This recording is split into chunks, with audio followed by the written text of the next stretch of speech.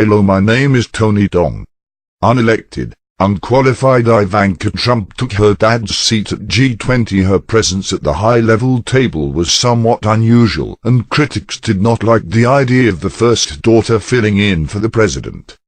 Japanese Prime Minister Shinzo Abe, left to right, World Bank President Jim Kim, United States President Donald Trump, his daughter Ivanka Trump, German Chancellor Angela Merkel and Prime Minister Justin Trudeau posed for a photo after the Women and Development event at the G20 summit Saturday, July 8, 2017 in Hamburg, Germany.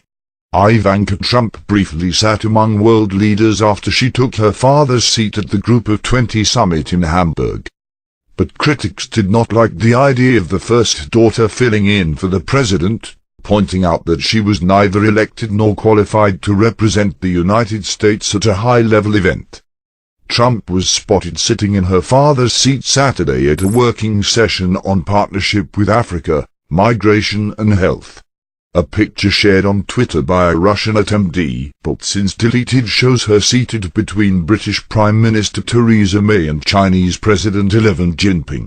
German Chancellor Angela Merkel sat one seat away. Her presence at the high-level table was somewhat unusual, given that government ministers are typically the ones called to stand in for heads of state at such sessions, The Washington Post's Abby Phillip wrote. A spokesman for President Donald Trump's eldest daughter told the Post that she briefly joined the main table when the president had to step out. It does not appear that Trump spoke at the session, but her presence at the table was met with widespread criticism on social media. Some say it further blurs the line between family and political affairs in the Trump administration. Ivanka Trump serves as an advisor to her father.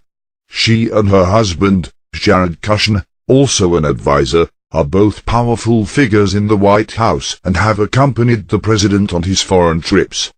Others came to her defense and said the outrage is an overreaction. In an interview with Fox and Friends last week, Trump said she tries to stay away from politics, despite having a White House role that has expanded since she became a volunteer assistant to the president, a job without pay that carries ethical obligations.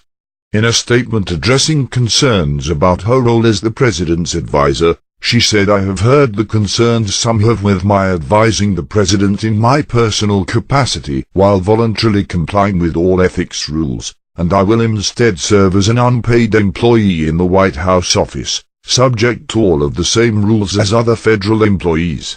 Throughout this process I have been working closely and in good faith with the White House counsel and my personal counsel to address the unprecedented." Her participation at the G20 summit was not the first time she was criticized for her role in her father's administration. For instance, her presence at a November meeting between her father, then President-elect, and Japanese Prime Minister Shinzo Abe immediately raised questions about possible conflicts of interest. Critics have also said that although she's taken on progressive issues such as paid parental leave, child care and female empowerment, she has done little to moderate her father's nationalistic policies and has yet to publicly comment on the Trump administration's more controversial policies on immigration or climate change. Her defenders said that Trump, who's navigating an uncharted territory for a first daughter, has been unfairly criticized and held to impossible standards. In a recent interview with the Post defending her White House role, Trump said her job is to inform and support her father, not to make him commit to something he's not interested in. "I am not sort of trying to selectively curate information that will lead him to agree with me," she said. Debate is good. President Trump also has repeatedly praised his older daughter, and acknowledged on Saturday that being a part of his administration has placed her in a difficult position. "If she weren't my daughter, it would be so much easier for her," Trump said. "Might be the only bad thing she has going, if you want to know the truth." The G20 summit is not the first time she has accompanied her father on his foreign trips.